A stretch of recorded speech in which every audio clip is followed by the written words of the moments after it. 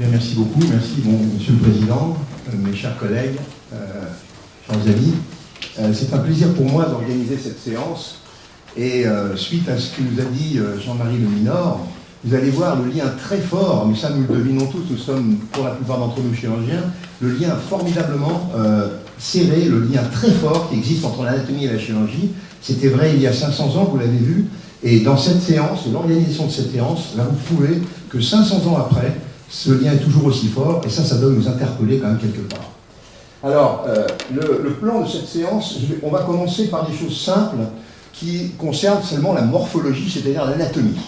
Quand je dis les choses simples, c'est la base, mais par rapport à la complexité que vous verrez ensuite, et des développements technologiques des experts que je remercie infiniment d'être venus se déplacer ici à Paris pour nous aider. Vous voyez, on va parler de la réalité immersive, qui est très connue dans les jeux, mais moins connue dans la chirurgie et l'anatomie, et on va parler de toutes les techniques de modélisation et de simulation. Et évidemment, pour nous chirurgiens, c'est l'avenir, d'abord c'est le présent, mais c'est surtout l'avenir et le futur de la chirurgie, car ce développement ne va cesser de progresser. Donc je commencerai tout d'abord par la modélisation en morphologie, pour lequel j'ai déjà fait des papiers il y a une douzaine d'années déjà, ça fait déjà un moment qu'on s'intéresse à ça. Et cette diapo n'est pas par hasard, elle était déjà choisie avant que Jean-Marie Le Minor propose sa communication. Vous voyez que Léonard de Vinci, XVIe siècle, les tirs anatomiques du XIXe et l'anatomie du XXIe siècle ne sont pas si éloignés, et ce lien si fort, nous allons le retrouver et tout au long de notre exposé. Alors tout d'abord, je voudrais rendre hommage à mon maître Gillot, Claude Gillot, qui a inventé une technique qui est très spécifique pour les veines. Les veines, c'est mon domaine, donc ça m'intéresse particulièrement. Vous voyez qu'après avoir injecté au latex un cadavre frais, eh bien, il peint les veines, il fait une technique qu'on appelle la technique de segmentation colorée. Vu la complexité du système veineux, c'est extrêmement intéressant parce que ça permet de visualiser des choses extraordinaires, de comprendre, en juste en un coup d'œil, la disposition anatomique est très complexe. Et vous voyez ici qu'après avoir enlevé la fibula, nous sommes sur un membre inférieur gauche, avec le pied à gauche, comme vous reconnaissez, après avoir enlevé la fibula, on découvre quelque chose qu'aucun pratiquement anatomiste, angiologue ni phlémologue ne sait, c'est-à-dire qu'en fait, les axes de jambe, ici les tibiales antérieures, ici les fibulaires et ici les tibiales postérieures, sont toutes reliées horizontalement par des perforantes et des anastomoses en échelle, ce qui n'est dans pratiquement aucun livre, mais c'est la réalité anatomique. Et donc, cette réalité anatomique, c'est fondamental. C'est pour nous le gold standard de la connaissance en morphologie, c'est la dissection, et ça restera la dissection, même s'il y a d'autres techniques comme celle-ci qui est remarquable, aussi un petit fœtus en corrosion, donc c'est simplement une injection suivie d'un bain dans l'acide comme vous le savez, une autre corrosion que nous avions fait au Saint-Père avec Odile Plaisant qui est du système veineux, et vous voyez qu'on a des choses absolument extraordinaires sur les plexus vertébraux veineux internes, avec les veines lombaires et la veine cave, et puis une autre technique également qui est remarquable, c'est la plastination, qui avait été inventée par Gustav Huygens, et dont la pièce probablement maîtresse est celle de le cheval avec son cavalier, qui est à Maison-Alfort, l'école vétérinaire. Donc je passerai rapidement là-dessus pour faire un tournant, tourner la page. Actuellement, la morphologie classique est en crise. Pourquoi est-elle en crise? Même si c'est une pierre angulaire de l'enseignement médical, et surtout la clé de voûte de l'enseignement et des connaissances en anatomie et en chirurgie, ce qu'on va devoir développer au cours de toute cette séance, eh bien, en fait, elle est quand même en crise. Elle traverse une crise qui, pour moi, est une crise grave. Alors, est-ce que c'est l'abandon au profit de la génétique et de la biologie moléculaire qui sont si remarquables? Est-ce que c'est les difficultés de dissection de se procurer des cadavres? Certainement dans certains pays, pour des raisons éthiques et religieuses. Mais, à mon avis, c'est probablement aussi une mutation très lente, trop lente, vers les outils numériques. Et malheureusement, au Saint-Père, qui est quand même le temple de l'anatomie française certainement et mondiale probablement, d'une part on a vu disparaître notre musée, et maintenant, cette année, la bibliothèque des livres d'anatomie, c'est pour vous dire que ce n'est pas simplement une idée, le symbole est là. Et donc l'anatomie, malheureusement, doit redorer son blason, et c'est peut-être le numérique qui va le permettre. Alors quels sont les intérêts de cette modélisation, et pourquoi faut-il redorer le blason de l'anatomie? Eh bien, on va pallier au manque de cadavres. On va développer des techniques utilisant la réalité virtuelle pour cela, avec une diffusion possible grâce au multimédia, et puis on va surtout pouvoir étudier la variabilité morphologique, c'est ce qu'on appelle la computational anatomie, l'analyse mathématique de toutes les variations pour mieux les comprendre Et évidemment, et c'est pour ça que le déroulement de cette séance va se faire ainsi, les orateurs qui sont des experts reconnus mondialement, que nous avons la chance d'avoir aujourd'hui, vont vous expliquer les immenses progrès que permettent ces modélisations et ces techniques, qui sont des techniques au départ morphologiques en chirurgie, c'est-à-dire le planning, le training, l'aide opératoire, la simulation. C'est pas moi qui vous parlerai de ça. Alors la réalité virtuelle, juste un mot, parce que j'ai invité aussi mon ami Maxime Ross, qui est un neurochirurgien qui s'est lancé dans la réalité virtuelle immersive. Vous voyez que là, qu'est-ce que c'est? C'est une expérience d'immersion, parfois un petit peu même émotionnellement un peu forte. Et vous voyez que ça mène à beaucoup de choses.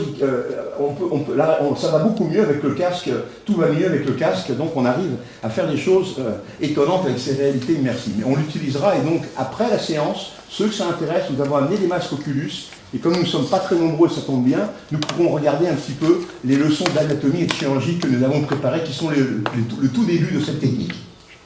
Alors maintenant, revenons sur la modélisation très rapidement. Vous voyez qu'ici, déjà, dans la bibliothèque du défunt musée Rouvière-Delmas, il y avait la technique de Born, qui était une technique qui permettait déjà en plâtre de reconstruire des embryons. Et bien nous, ce que nous avons maintenant utilisé, ce que nous allons utiliser maintenant, c'est simplement des outils informatiques pour cette technique, une analogie de cette technique de Born, avec des outils informatiques. C'est ça la différence. Alors, il y a deux types de modélisation, là je vais aller vite, mais simplement pour poser les principes. Le volume rendering qui se fait à partir de données numériques du radiologue, et à ce moment-là, la représentation sous forme de voxels, c'est-à-dire de petits éléments de volume, alors que vous avez une autre type de modélisation qu'on appelle la modélisation 3D vectorielle, et là c'est un rendu de surface, et très souvent, comme ce n'est pas des données numériques au départ, il faut une segmentation semi-automatique ou manuelle pour obtenir la segmentation des structures anatomiques. Alors, les objectifs, eh bien, d'abord, c'est un objectif de recherche. Un objectif de recherche, car nous allons pouvoir, et ça, j'ai quelques techniques à vous montrer que nous avons initialisées, faire de l'analyse quantitative et faire des dissections de structures qu'on ne peut pas voir avec l'œil normalement. Donc ça, c'est dédié à la recherche, mais surtout, je crois que notre objet fondamental, c'est l'enseignement. Et ça, l'enseignement en anatomie est fondamental, on ne le répétera jamais, l'anatomie n'est pas tellement, et de moins en moins bien enseignée, et je pense que la contribution de ces techniques à l'enseignement est fondamentale, à l'échelle mondiale évidemment, parce que nous pouvons évidemment faire de la dissection virtuelle, on a parlé des morts tout à l'heure, et de la réalité immersive. Alors, c'est la raison pour laquelle, il y a quelques années, nous avions créé une petite unité au sein du laboratoire des Saints-Pères, URIA, qui avait été labellisée en 2007, et puis qui a été reconduite en 2017, mais en plus, pour pouvoir instituer des partenariats à l'échelle mondiale, et commodément, nous avons avec Vincent Delmas créé une chaire UNESCO d'anatomie numérique. Le but, c'est de développer ces outils, de les utiliser en partenariat avec d'autres universités, de manière à construire ces outils pour l'enseignement de l'anatomie.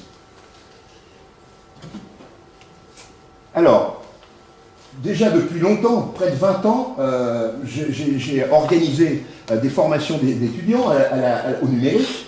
Vous voyez, 380 mémoires, des masters, des thèses de sciences et de docteurs en médecine. Donc déjà, nous avons eh bien, l'intérêt de cette chaire, c'est de valoriser ces outils, de les diffuser, et surtout d'instituer des partenariats. Et ces partenariats sont déjà en route, puisque vous voyez déjà avec l'Amérique du Sud, avec Saint-Domingue, l'Indonésie, l'Afrique, l'Algérie, nous avons déjà fait de leçons introductives, nous avons déjà des contacts pour aller en avant et développer ces techniques qui sont certainement des techniques d'avenir, surtout dans les pays où la dissection, pour des raisons religieuses ou éthiques, est strictement impossible. Alors, l'élément, je voulais donner quelques éléments de la recherche, et notamment vous parler d'une technique spéciale qui s'appelle la dissection anatomique assistée par ordinateur. Parce que c'est quand même là le point d'orgue de la réunion entre l'anatomie et l'informatique. Et puis on verra que, je suis obligé d'aller assez vite, mais on a beaucoup publié en morphologie quantitative, et vous avez déjà vu ici des communications qui ont été faites notamment pour la préservation des nerfs dans l'hystérectomie, dans le cancer rectal, etc. Donc les luttes sur les nerfs pelviens. Je n'aurai pas le temps de parler de l'accouchement virtuel, mais c'est un domaine extrêmement intéressant pour lequel mon ami Olivier Ami travaille dans le service à Eolia. Alors, cette dissection anatomique assistée par ordinateur, qu'est-ce que c'est? C'est une technique qui nous permet de faire beaucoup mieux qu'une dissection, même sous lunettes, sous microscope optique. Pourquoi? Alors, elle a été inventée par un dénommé Dussel pour étudier l'urètre. et elle est basée sur des immunomarquages. Donc ce sont des coupes histologiques fines, 10 ou 20 mu, et chaque coupe est immunomarquée et colorée. Alors ces immunomarquages, eh bien, ils vont être faits en fonction des structures que l'on veut visualiser, qu'on ne pourra pas forcément voir à l'œil nu. Alors le HES, c'est la référence, le trichrome de Masson, c'est classique. Et vous voyez ici ces immunomarqueurs ici, qui sont premièrement la protéine S100 pour les nerfs, et ensuite les fibres cholinergiques et adrénergiques, et les marqueurs du vaisseau. Alors, ensuite, on aligne les coupes, et puis on fait, je pense qu'il y a toujours un petit problème, on fait ce qu'on appelle une segmentation manuelle, ça c'est un temps un peu difficile, on utilise un logiciel pour cela, un petit logiciel. L'intérêt c'est que on va avoir un modèle vectoriel de chaque structure, toutes les structures anatomiques, et en fait, ces structures en fait ne sont pas visibles à l'œil nu sur la coupe sans marquage, et d'autre part, ils ne sont pas visibles sur les mêmes coupes. Donc c'est d'une part l'identification grâce à l'immunomarquage, et la réunion, le regroupement de chacun de ces modèles dans un seul modèle unique qui va constituer le modèle anatomique complet. Alors voici donc rapidement les travaux qui ont été faits par Karam dans les années 2005, quelques années après Hussel. Vous voyez que là c'est des nerfs de l'urètre, c'est l'urètre féminin, et vous voyez qu'on peut distinguer les fibres myélinisées sur la face postérieure, alors que les autres se distribuent surtout sur le tiers antérieur de l'urètre. Il y a également d'autres papiers qui ont été faits par Al-Saïd Bayan. Alors c'était en collaboration avec le service du professeur Benoît à Bicêtre et notre laboratoire. Vous voyez qu'il a bien mis en évidence la coexistence de deux types de nerfs, des nerfs adrénergiques et des nerfs cholinergiques dans les nerfs pelviens, et pas uniquement, et pas distingués en nerfs sympathiques et nerfs plantiques. Un autre papier, ici, vous avez donc un adulte avec, vous voyez, les nerfs qui courent sur la face latérale du rectum, et la vessie est en avant, alors que vous avez ici également la représentation de deux types de fibres, les fibres cholinergiques en violet et les fibres adrénergiques en vert, qui permettent de distinguer. Donc ces choses-là ne sont pas dissécables, pas visibles à l'œil nu, et en aucun cas ne sont individualisables autrement que par cette technique. Donc elle est extrêmement intéressante, on va voir pourquoi tout à l'heure. Alors, vous avez entendu parler, bien sûr, de Moskowitz, puisqu'il a fait une communication ici à cette académie en 2011, qu'il a publié des papiers sur la préservation des nerfs dans la chirurgie du rectum, et vous comprenez l'intérêt de ces techniques, c'est justement une meilleure connaissance de la distribution des nerfs, adrénergiques, cholinergiques, de manière à, dans la chirurgie mini-invasive ou robotisée, respecter les nerfs pour éviter les séquelles. Et pour finir, donc, également, mon ami Badaya, qui travaille avec nous également, il a fait également une communication récemment, et vous voyez que là, on a un embryon avec des nerfs, les nerfs hypogastriques et les nerfs splanchniques ici, eh bien, ces nerfs ont tous les deux sortes de fibres, il n'y a pas de séparation en sympathique, parasympathique, les deux types de contingents nerveux ont les deux types de fibres, adrénergiques et cholinergiques. Alors, l'intérêt, tout le monde ici peut le percevoir, puisque c'est un intérêt de type chirurgical, dans le cadre de la robotique ou de la chirurgie mini-invasive, parce que les voies d'abord sont petites, on n'a pas de contrôle dans les grandes voies d'abord, les grandes dissections comme on faisait dans la chirurgie il y a quelques années, et donc on a besoin d'un contrôle péropératoire, et ça anticipe déjà sur mes collègues, les experts. L'aide à la chirurgie est devenue indispensable en raison des techniques qu'on utilise qui sont mini-invasives avec des petites voies d'abord. Alors, juste un mot sur une recherche que j'ai particulièrement menée sur les veines du membre inférieur, les embryons, qui utilisent la même technique de dissection assistée par ordinateur, très rapidement. Vous voyez que là, ici, vous devinez, même un enfant de 5 ans est capable de localiser le nerf ischiatique, alors que là, on ne le voit pas. Et cette veine-là énorme, qui est une veine qu'on ne trouve que chez l'embryon et rarement chez l'adulte, s'appelle la veine axiale de la cuisse. C'est la veine principale de la cuisse à 12 semaines embryonnaires, alors que vous voyez ici, sur le côté, le plexus fémoral. La veine fémorale, qui est une grosse veine chez l'adulte, elle est réduite à un plexus à ce stade, autour de l'artère. Donc vous voyez, donc c'est un des stades de l'évolution embryonnaire et qui permet de mieux comprendre les malformations chez l'adulte. Vous voyez que la construction tridimensionnelle montre particulièrement bien cette veine que Gillot appelle la veine axiale et qu'on retrouve dans environ 12%, 10% des adultes et qui peut être un piège pour l'identification de la veine fémorale. Alors voici la reconstruction tridimensionnelle totale du membre, où on voit en bleu clair la veine grande saphène, en violet la petite saphène avec son nerf sural, et puis les tendons, les nerfs plantaires. C'est assez remarquable de pouvoir obtenir un membre inférieur d'un embryon ainsi, qui fait 14 semaines, aussi en détail que ça. Alors, maintenant, je vais terminer par l'enseignement, qui est le point probablement le plus intéressant sur le plan de la diffusion des connaissances. eh bien, nous utilisons personnellement les données des coupes anatomiques, en particulier du Korean Visible Human. Et donc j'ai mis depuis 2 ou 3 ans ou 4 ans un certain nombre d'étudiants, pas loin de 300 étudiants, pour faire des mémoires, des travaux. Et quel est l'intérêt de ça? Eh bien, c'est de faire une banque de données modélisée du corps humain, mais surtout c'est un extraordinaire outil d'apprentissage. En faisant ça, ils mettent dans leur tête le volume, les structures anatomiques dans leur volume, et je crois que c'est un outil d'apprentissage absolument extraordinaire. Donc c'est à double effet, apprentissage pour ceux qui font, et constitution d'une base de données pour les autres. Alors j'ai été à Séoul voir le professeur Chung, ça c'est la scie qu'utilisent les Coréens, qui est une énorme chose, qui fait une sorte d'abrasion pour faire des coupes de 0,2 mm du corps humain. Donc il y a 5960 coupes qui sont sériées, qui sont photographiées en haute résolution. Ensuite, évidemment, alors moi je prends mon petit logiciel, j'ai des moyens très, très simples, mais on arrive quand même à faire parfois des belles choses. Vous voyez, c'est un petit logiciel de rien du tout. Par contre, il faut travailler, il faut faire le contour des structures. Donc on obtient ça. Quand on a travaillé pendant environ une demi-heure ou 1 heure, on a toutes les séries de coupes qui se superposent pour faire un modèle de maillage. Et ce modèle de maillage peut être rendu, et voici ce que ça donne quand vous mettez le foie total avec la segmentation du foie. Je vais vite pour ce genre de rendu que vous pouvez avoir, extrêmement détaillé, que vous pouvez avoir à la suite de ça. Je n'ai pas pris comme exemple, on va passer maintenant, on va switcher sur le chronopédère, pas tout de suite. Oui, donc ces éléments anatomiques peuvent être mis dans un format commode qui est accessible à tous, qui s'appelle Acrobat 3D PDF. Et ce modèle-là, je vais vous montrer une petite démonstration de ce que c'est une production du service. Et donc on a un modèle interactif qui a été construit par nos étudiants. On peut bouger, évidemment, comme on veut en 3D, on peut zoomer, et alors on a toutes les structures qui sont à disposition.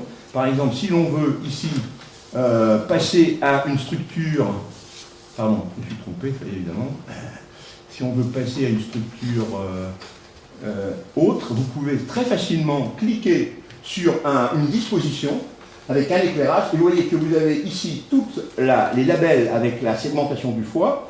Vous pouvez aussi rendre transparent ou enlever un certain nombre de segments. Chaque segment est identifiable. Donc, vous voyez, par exemple, je vais enlever par exemple les premiers segments ici. Et on peut donc voir les scissures, voir les vaisseaux. Évidemment, il n'y a pas de tumeur dans ce cas-là, ce n'est pas un patient, c'est un modèle théorique. Mais vous voyez facilement identifier les structures. Vous pouvez passer donc, les organes sont identifiables, évidemment identifiables, et les étudiants peuvent apprendre chaque structure point par point. Vous voyez, ici, on peut par exemple enlever le pancréas, enlever les reins, etc. Donc on a un outil pédagogique tridimensionnel, mais je crois que la dimension la plus importante, c'est le fait que c'est lié à la leçon d'anatomie. Vous voyez ici, par exemple, vous avez sur le côté, à gauche, vous avez accès à la leçon d'anatomie et à l'explication de Claude Quinault, qui, comme vous le savez, est le Français qui a inventé la segmentation hépatique. Et vous pouvez aussi avoir accès à des schémas divers et variés qui vont vous expliquer un peu mieux cette modélisation, tout en ayant, sur le côté, vous avez cette leçon d'anatomie que vous pouvez personnaliser, tout en ayant au milieu votre modèle 3D qui vous permet d'expliciter tous les détails que vous souhaitez, y compris les coupes si vous voulez. Je vais continuer, on peut switcher j'en ai presque terminé. Je ne pourrais pas vous montrer malheureusement ce qui est peut-être le plus intéressant pour les nerfs, en discutant avec Luc Solaire, parce qu'on modélise très bien les nerfs, et le petit bassin et les nerfs pelviens. Vous voyez, ici on a quand même le nerf sciatique avec des branches, mais ce n'est pas le modèle le meilleur. Tout ça est en cours de constitution, et pour l'instant je n'ai pas encore la totalité des modèles, mais ça vise à être très expertisé, très détaillé, et les nerfs sont surtout, certainement, le plus intéressant dans cette technologie. Et donc, vous voyez le résultat corps entier. Évidemment, on a des coupes, on peut déplacer, vous voyez, les nerfs qui se promènent le long des membres avec les différentes coupes. On peut jouer avec les coupes, avec les modèles 3D. Et finalement, sur un écran tactile de 50 pouces, je suis en création de société, une société qui s'appelle Diva 3D, dissection virtuelle anatomique 3D, pour faire un outil qui soit pas un coût prohibitif comme anatomage, mais qui soit très expertisé et très qualité. Alors je conclurai en disant que l'intérêt pédagogique et de recherche de cette modélisation du corps humain sont majeurs. Les liens sont très forts, très très forts entre l'anatomie et la chirurgie. Et ce que vous allez voir par la suite, c'est remarquable intervention que vous allez voir par les experts, vous démontrez ce qui est déjà évident et que Jean-Marie Lemeneur nous a montré, c'est qu'il y a une relation forte. Et pourquoi cette morphologie? Eh bien, pour l'utiliser au profit du malade, dans le cadre d'une modélisation personnalisée, optimisée en 3D, avec planning, training, réalité augmentée, et c'est ce que vous montrez tous mes collègues, que je remercie encore. Merci beaucoup de votre attention. Merci beaucoup. Vous restez, on peut vous poser des questions. Ah oui, pour les questions. On fait questions point par point. D'accord, oui, bien sûr. Oui, chapitre par chapitre. Donc, c'est ouvert pour la discussion. Oui, discussion, oui. Un exposé très remarquable. J'allais dire, c'est presque trop beau de temps en temps. Oui, c'est vrai. C'est vrai, oui. Mais c'est la réalité. C'est la réalité. C'est le présent. C'est le présent, c'est pas le futur. Nous sommes au présent. Le futur est encore plus prometteur. Et mes collègues vont vous en convaincre. Alors, qui veut poser ou vous voulez attendre le futur pour poser des questions? Comme vous voulez, on peut globaliser les questions après, parce que les choses, c'est tout un ensemble. Hein. Voilà, je crois que c'est bien à chaque fois de pouvoir réagir sur une Oui, intervention. sur l'anatomie et la morphologie spécialement. Voilà, puis on viendra éventuellement sur la voix. Exactement. Quand vous voudrez les questions, ce sera avec plaisir.